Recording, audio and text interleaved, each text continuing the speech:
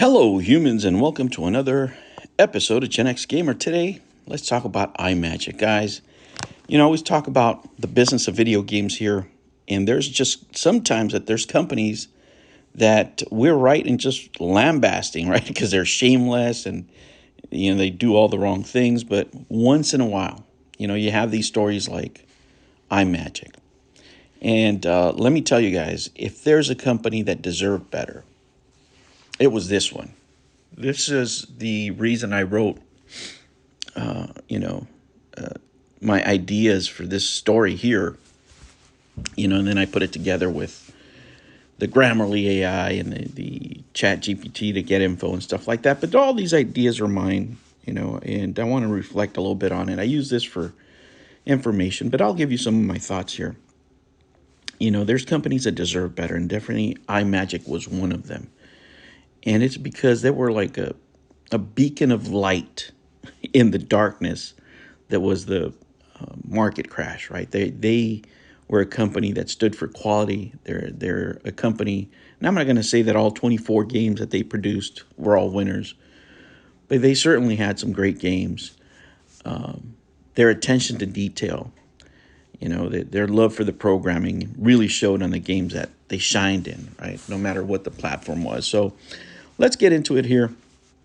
The title of this essay is going to be The Rise and Fall of iMagic, A Journey Through the Glory Days of Retro Gaming. In the early 80s, a tidal wave of games rushed out of the market with the release of the Atari 2600 in television and ColecoVision, leading to the rise of companies eager to take a cut of a multi-million-dollar market. Among these pioneers was iMagic, a video game publisher founded in 1981 that quickly became a household name among gamers. If there's a company that should be called underrated during this period, it should be this one, right? Because people talk about it nowadays, but not, with respect or with a fondness sometimes that they should have. This is not just one of the bunch, right? iMagic set out to redefine the gaming experience, and in March of 1982, they shipped their first games, making the beginning of a brief but very impactful era in the history of video games.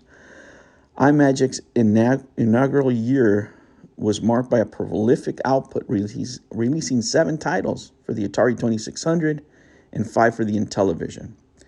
The creative force behind these games was a team boasting of former Atari and Mattel Electronic employees. The wealth of experience contributed to creating some of the most innovative and well-crafted games for the 2600 and Intellivision games. Behind the scenes, artists Michael Becker and Wilfredo Aguilar. There you go. Hispanics were in it early, baby. Hispanics causing panic. Since the very beginning, added a visual flair to the set of iMagic's Game Apart. And some of those boxes are iconic, man. And I put one of them here. One of the distinctive aspects of iMagic's approach was its commitment to software-only production. This shines through in the games that were released, and that is why this company is beloved by many of my Gen X gamer contemporaries.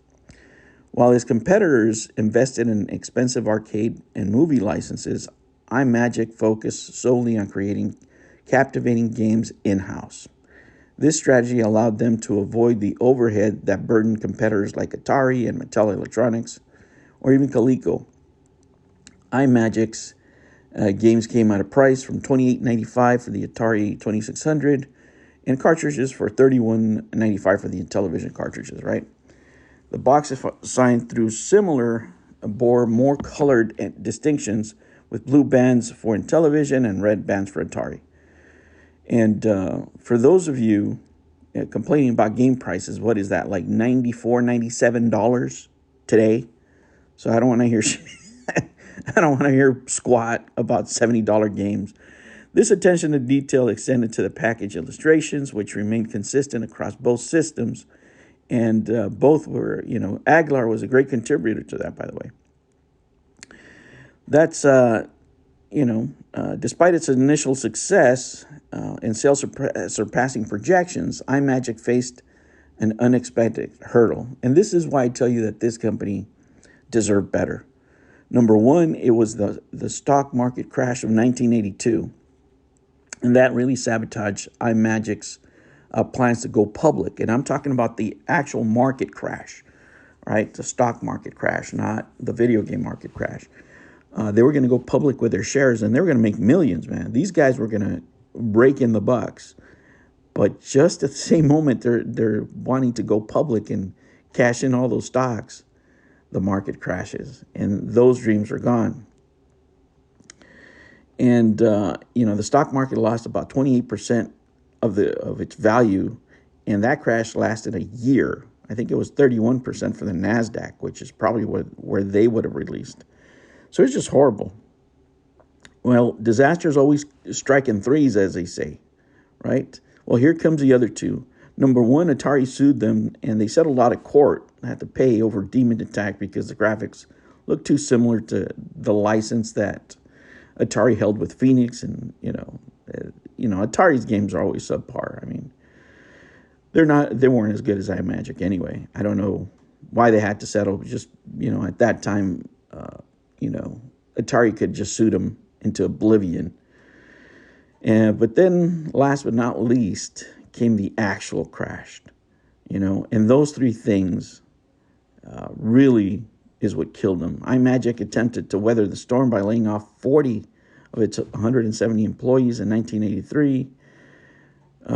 But this underrated company even made a surprising appearance at the 1984 Consumer Electronics Show, announcing plans for IBM and PC Junior games. However, the writing was on the wall. IMAGIC eventually succumbed to the harsh realities of the industry crash. Amid the rise and fall, IMAGIC fostered a sense of community through initiatives like the Numb Thumb Club. Members could get an annual newsletter. You guys can look it up online too, right? And had contests, special offers, and upcoming news releases. However, this club's existence was short-lived from 1992 to 1983, before IMAGIC's closure. IMAGIC's decline was a casualty of the infamous video game crash and the other two things I mentioned. Really could not escape it despite producing 24 titles before they eventually went belly up. I think there's a couple that are not released. IMAGIC legacy to craftsmanship put their games, they put their games out there at a time where there was a lot of mediocrity in the market, and they were famous for putting out good games, and like I said, not all of them were great, but those of us who remember Demon Attack, Lannis, a couple other ones, you knew that you had a quality game. You knew right away that this was more on par with Activision's offerings than Atari's, lame ass efforts in house. So I just wanted to take that time, guys, and reminisce about IMAGIC, and there's companies that just deserved a better future, man. And this was really one of them. There were so many crappy developers out there that still exist, but one company that I think that should have still been around and produced games for years, if it wasn't for this, would have been IMAGIC, and I think we would have gotten some great games out of them. Well, guys, I just want to reminisce. These are things that come into my head. I have to write a paper today, but this one just popped in. Thank you for joining me. I put a couple of more what-ifs out there for Sega Saturn and Intellivision. I hope you guys enjoy those. And I'll put up some memes whenever I find them, whenever I get time. It's going to be a crazy day today, guys. All right, I'll catch you on the next one. Take care.